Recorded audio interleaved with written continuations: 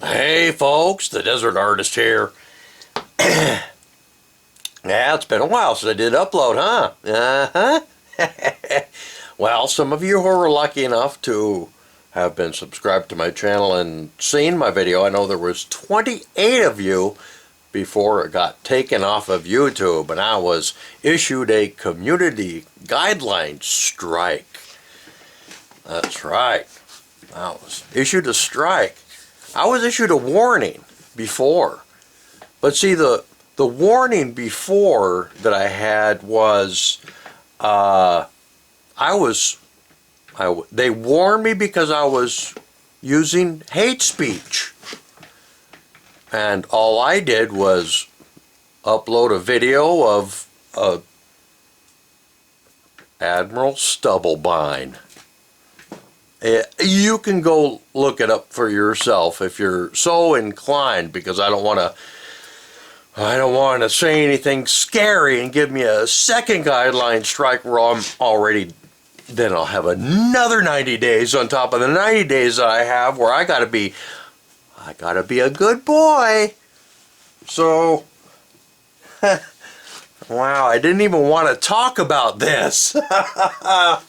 Wow. Okay, so here we are. I don't even know what I was going to talk about now. Oh boy, that's a problem with good old Todd. Uh-huh. Okay, so here we are. I've got a lot of things done on my sculpture because I've had a lot of extra time on my hands because I've been off of YouTube. Oh, wow. So, I've been doing a lot of stuff and a lot of thinking, and wowee. I'm also on, if you guys care, anybody cares, I'm also on Rumble. And if something happens to me on YouTube, if you're so inclined, if you guys love me or whatever, I'm on Rumble at the Desert Artist. All one word. You'll see it on, I'll edit this video so it'll be more compliant. Get in line, boy. Yes, sir. Okay. Yes, sir. Biden, sir.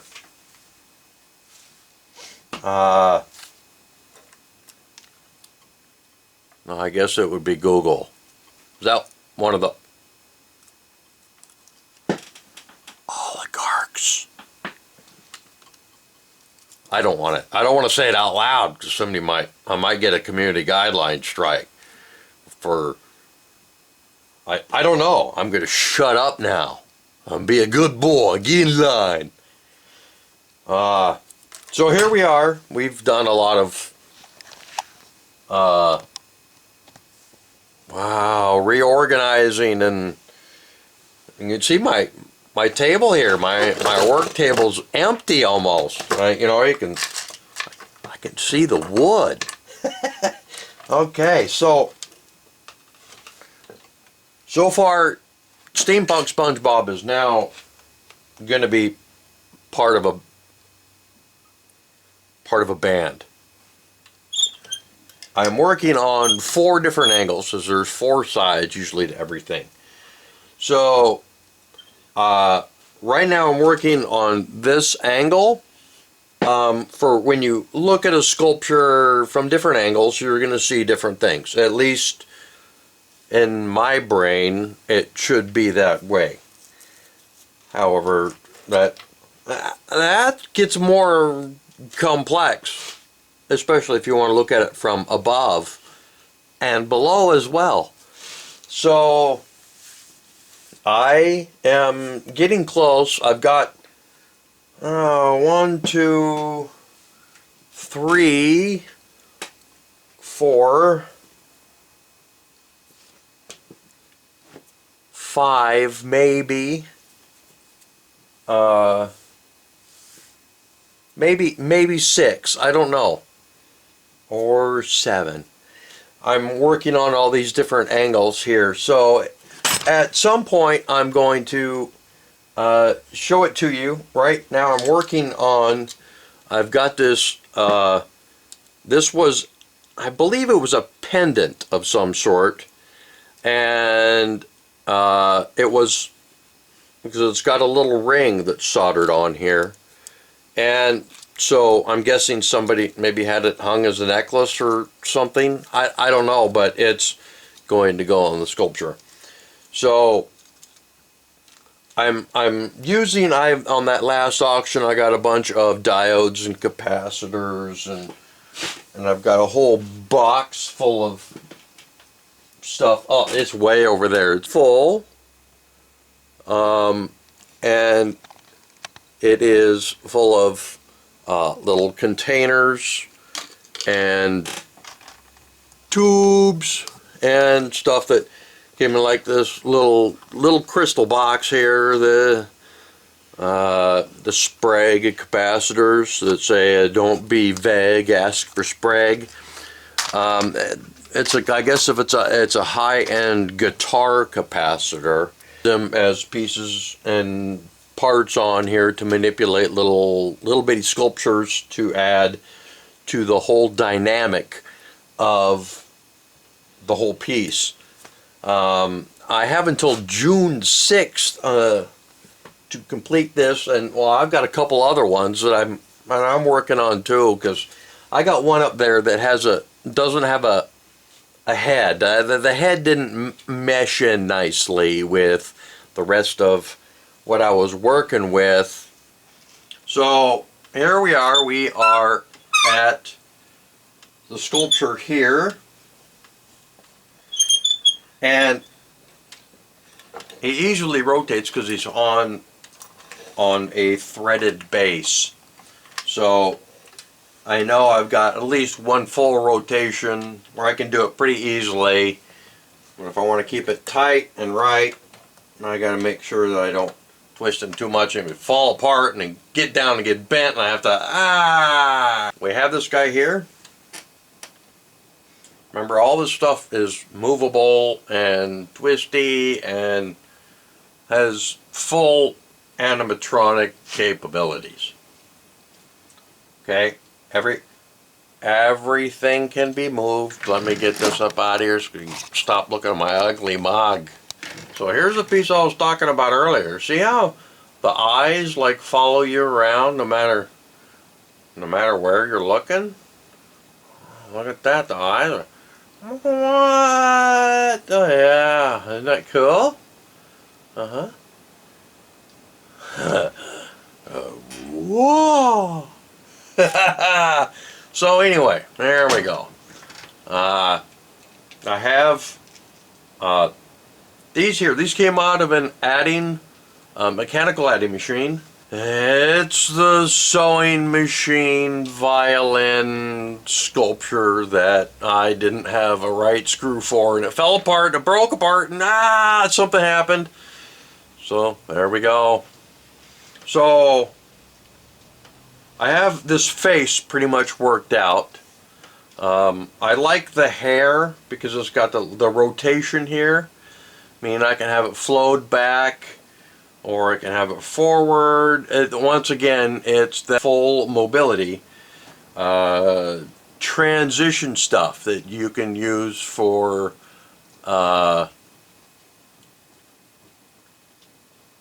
stop motion animation, right? So there's a lot of functionality in my sculptures. I don't know how to promote them. I want to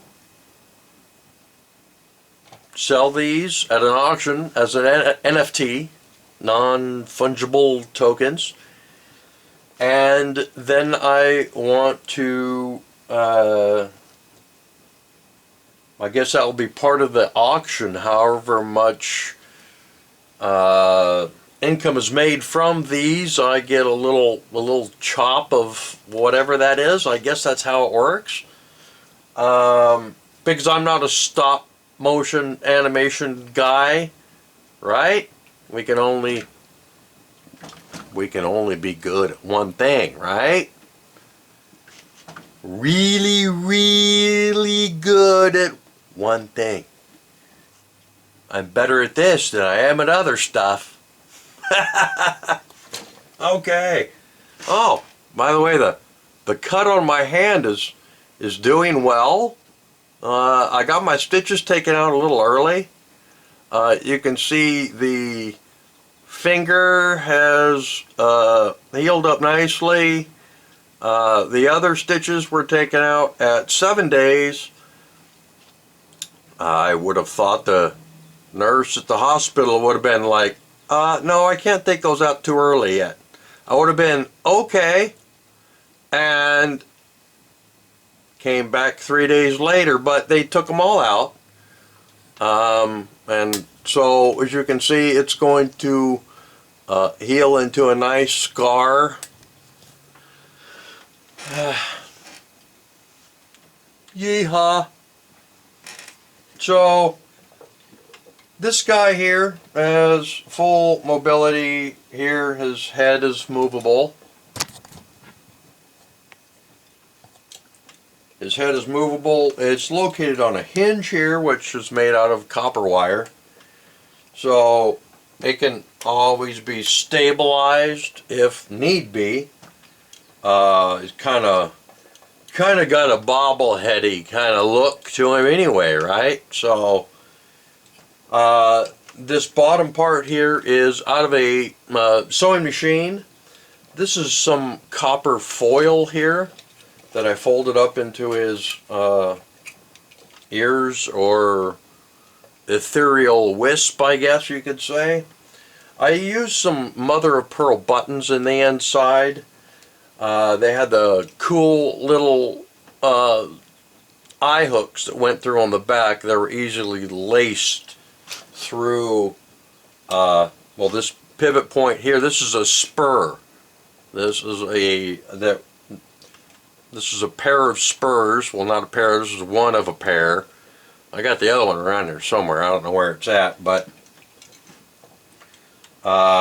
so I used that, and then this is going to be a really long video. I'm so sorry.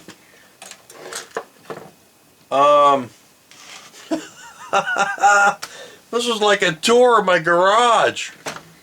Okay, so as we turn, right, and we're going to turn him here.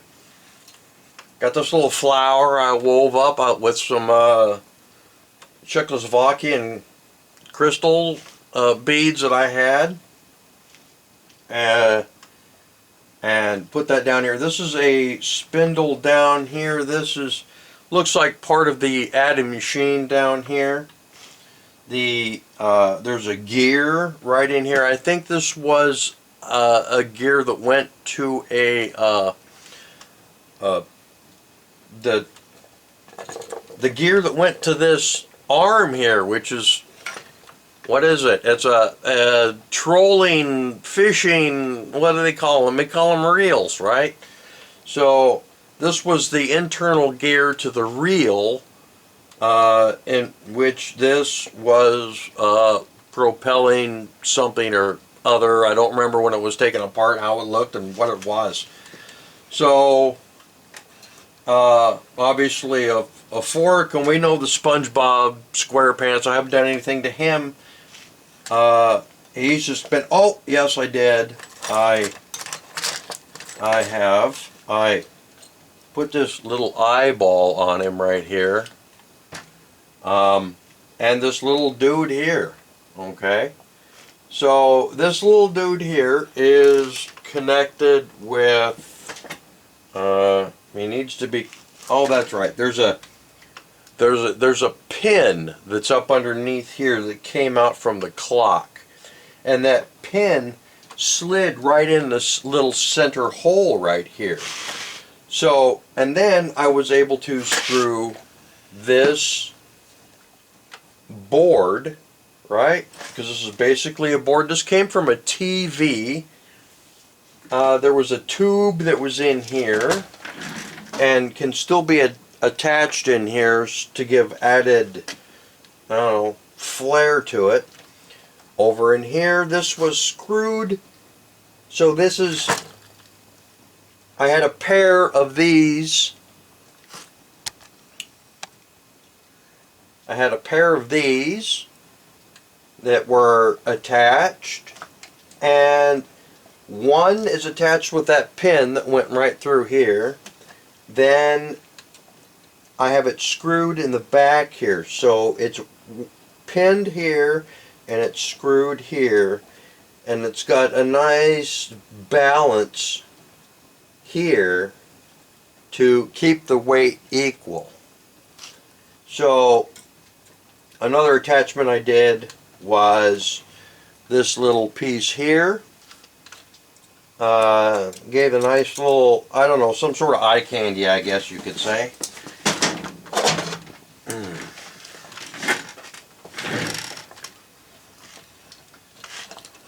Let's see, as the sculpture turns. Okay, so I did also install this little door stop here. This little door stop mechanism here, so that when he lets go of his guitar, he's able to have a stop for it. So I have that there. It kind of prevents it from hanging down and getting all caught up, and it provides extra meat for the foot here. So allows him to drop this and freely able to use his arm for whatever purposes you need, whether to pick his nose or I don't know, scratch his eyes, whatever. Edward Scissorhands, right? Edward Fulken elbow. Whatever. So here we go. I don't care right now, I just needed it held up. So as we turn here, this is the part I'm working on here. I don't know what this is going to be yet, because, well, art kind of dictates itself when you're putting it together in such a format to where everything needs to fit together. I mean, threads for threads, holes filled with stuff, and then appropriate stuff formed out from there, right? Like a big flower. You don't know what it looks like until it's a flower, unless you're familiar with it. So here I am. I've got this little arm here. Now, remember, all these things can be removed, right? So the things that I take into account when I'm making these things are the dynamics of pivoting, okay? Because if we've got a pivot point and then we've got a fulcrum with a pivot point added beyond the fulcrum and then one on either side, they've got to balance out in order to be able to be worked with springs, meaning they have appropriate tension in the right area to provide, you move one thing, something else is going to move. That adds interest. That's a positive thing that you would use to draw interest to the piece of art. In a painting, like something way out on the fringe, like, what is that? Well, yeah, it's kind of like this, right? Maybe it will impose dynamics that even I don't see. That's the point. When I go to an art show and somebody goes, well, this looks like that, and I'm like, wow, I never really thought of that. That's yeehaw. So we don't know what we're working on here. I'm going to go ahead and describe what I have, what I've used, because, well, I may forget later. So remember, everything doesn't have to be symmetrical.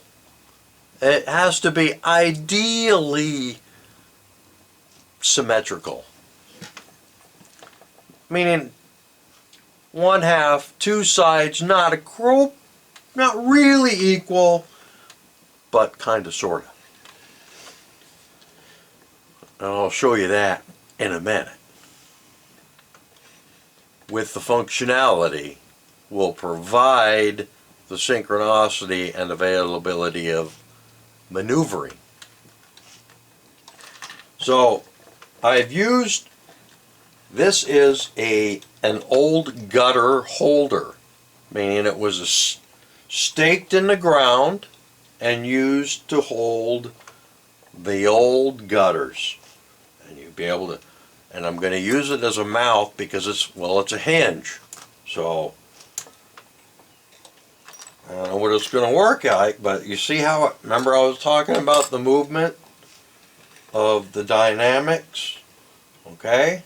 And you see what I've got here, right? Okay, so I don't, like I said, I don't know what it's going to be, but I know I've got complexity and interest. I would in no way be able to engineer something like this. I just have to make it work.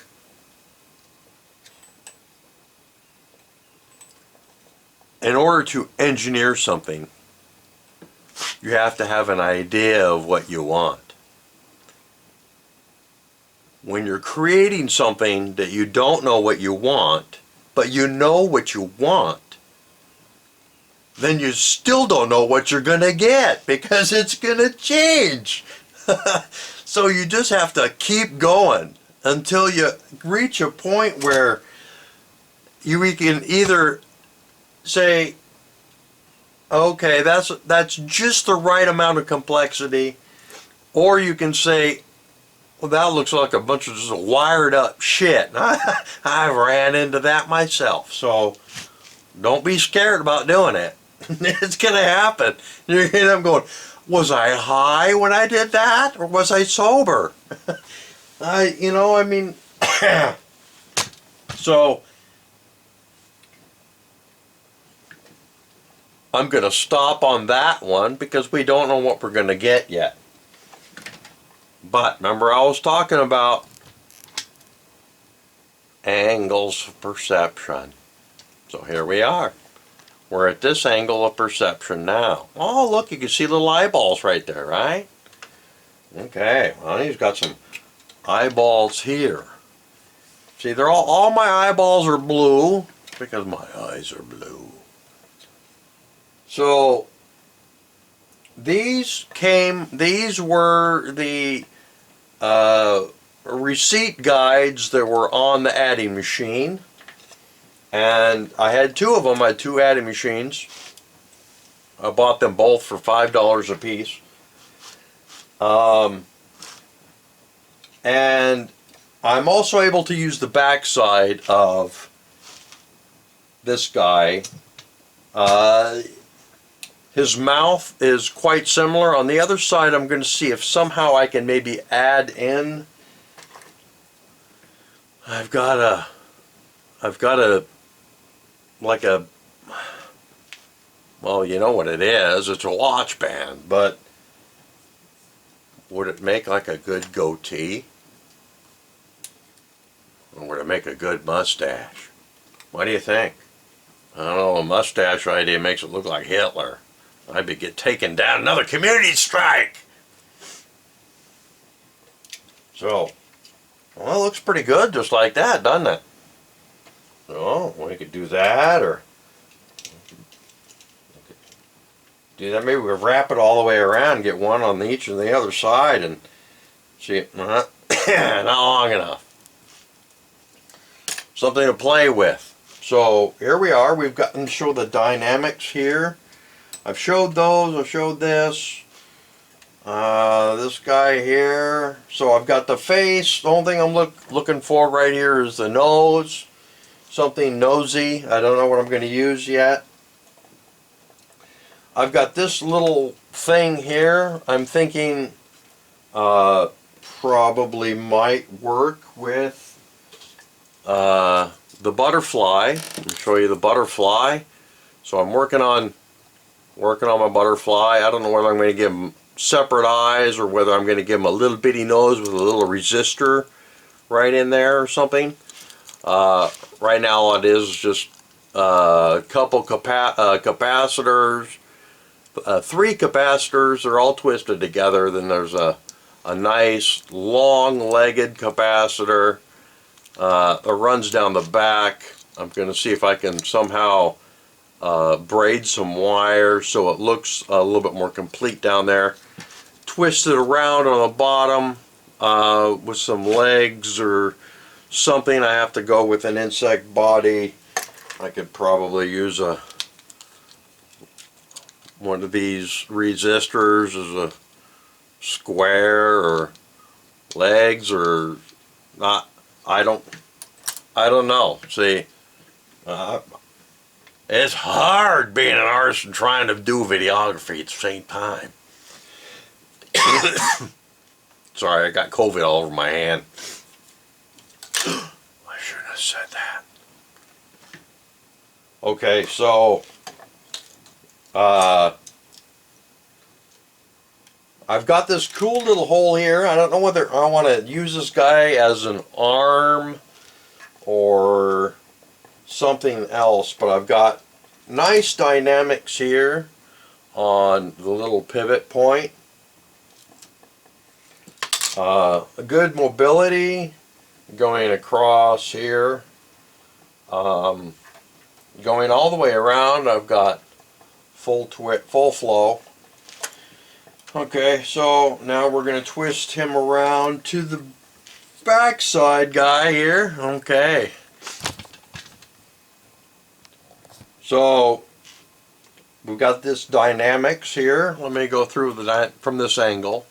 The dynamics that I have involved. This moves here. This guy here. We have this guy here. He's just on a little bitty screw that's I gotta tighten. So now we've stabilized this a little bit. Secured this. He doesn't seem to move as much. I did need to tighten it up. So he doesn't move as much. Now this guy's fully flexible too. Okay? Get my hand out of the way. Fat monkey hand! I don't know if I call myself a monkey. Can I do that? Another community strike. I've been warned about stuff. The second one I got a strike. I wasn't even warned about. Do we get warned about subjects? Or do we just get warned just like a broad, like, do something bad, you bad boy? You've been warned not to be a bad boy. Read the entire 560,000 page manual. Read it now or give you another strike. Because you're stupid and ignorant. Could not read. You're dyslexic. That was a joke. That was a dyslexic joke. Okay. So these guys are fully movable. His hands are movable here. He's got his little claws. And remember, this guy's got 2 sides, remember? I got a little lens right here. So, little capacitors. I painted some eyes on him. This guy here, see? Put little eyes on him right there. And turn around and this guy. He ate shrooms. He's all dilated and stuff. Okay. So,